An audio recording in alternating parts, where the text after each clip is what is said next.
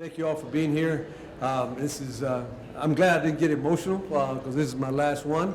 But hopefully I'll be around somewhere and come attend future ones. But I'll be glad to take any questions. Yes. Evidentemente en español ya escuchamos su discurso, pero nos gustaría, y vamos a aprovechar el tiempo, son 3 preguntas.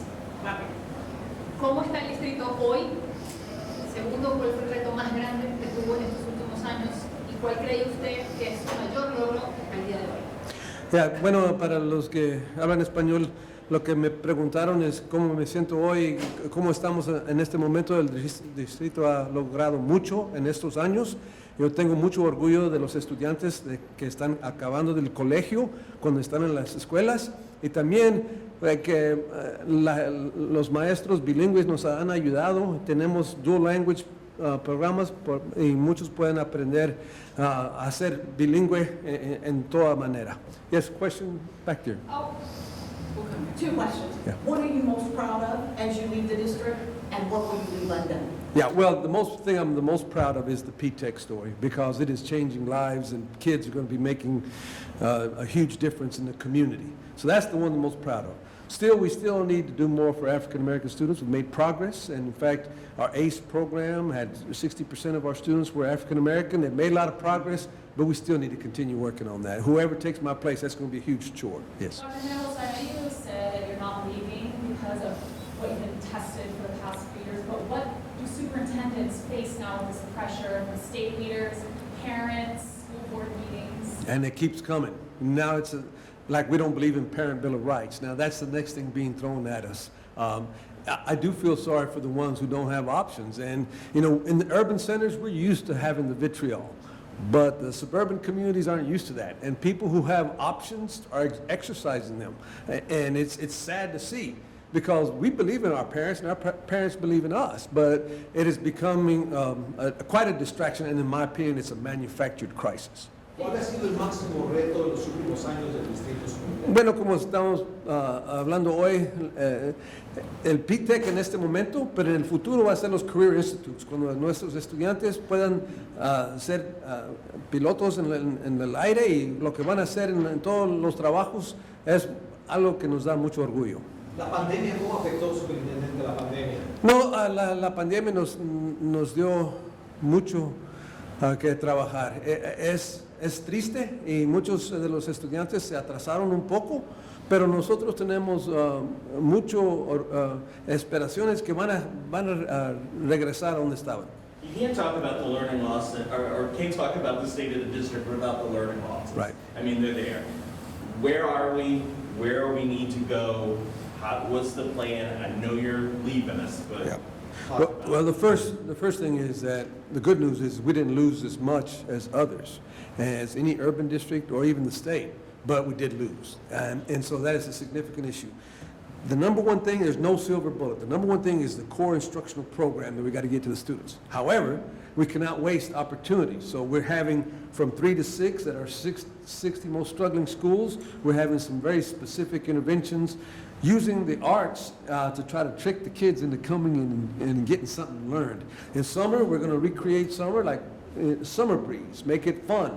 And so and then of course we have 46 schools that went to year-round school. And so those schools are going to have more time to get caught up. Do the programs help, the programs you've been pushing on how they've been making a difference? Do you think those are going to help those gaps? Absolutely, because it takes away the excuses. Who in the world would have thought that during a pandemic, 912 kids would graduate with their associate's degree thanks to Dallas College? Who would have thought that? I mean, so yeah, you can do it, and nobody wants a whiner, they want a problem solver. So we got to figure out how to solve these problems, because our community is depending on us. And the unpopular question that you probably will not answer next is, what is next? Oh, in the future, we'll talk about that, but right now I got to land this plane safely, hand the pilot the keys, or whatever a pilot does, and then figure out what else I'm going to fly. Yes, sir. Personalmente, ¿cómo se siente voltear atrás después de 13 años y decir, wow, todo lo que logramos, todo lo que hicimos personalmente, el decir adiós, ¿cómo se siente? Bueno, me siento con mucho gozo, no para mí, pero para la comunidad. Estos estudiantes han mejorado bastante y hay mucho que hacer todavía, pero me da mucho orgullo que la comunidad ha mejorado. Ahora hay mucho más que hacer. Superintendente, en el nuevo superintendente? Bueno, eso es un asunto para la mesa directiva. Alguien que siga lo que estamos haciendo. Yes. Superintendent, I've covered quite a few of these, and I was struck today by when you said parents will walk into the ISD classroom, see the black and brown kids, and leave. Why is it so important to you to change the conversation around expectations for public schools? Because that's happened to me all my life. And it was worse because I was from Oak Cliff. People used to have low expectations of us, and they didn't think that we could be successful. And so I take it personally.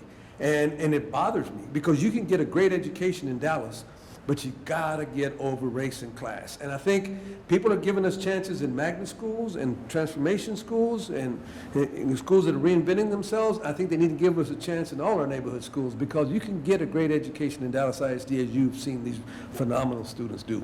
Thank you. Superintendent, the societal norms have changed so much in these 13 years alone, and they keep changing even faster.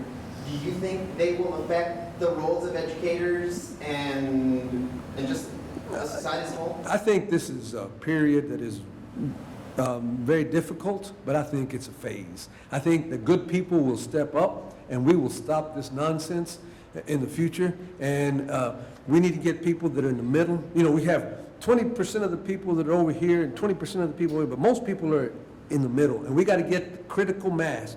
The only way you transform is you get a sense of urgency and then you get a guiding coalition to make a difference. And I think people are going to be fed up with this noise, and I think people will come together, and I have to go. Thank you very much.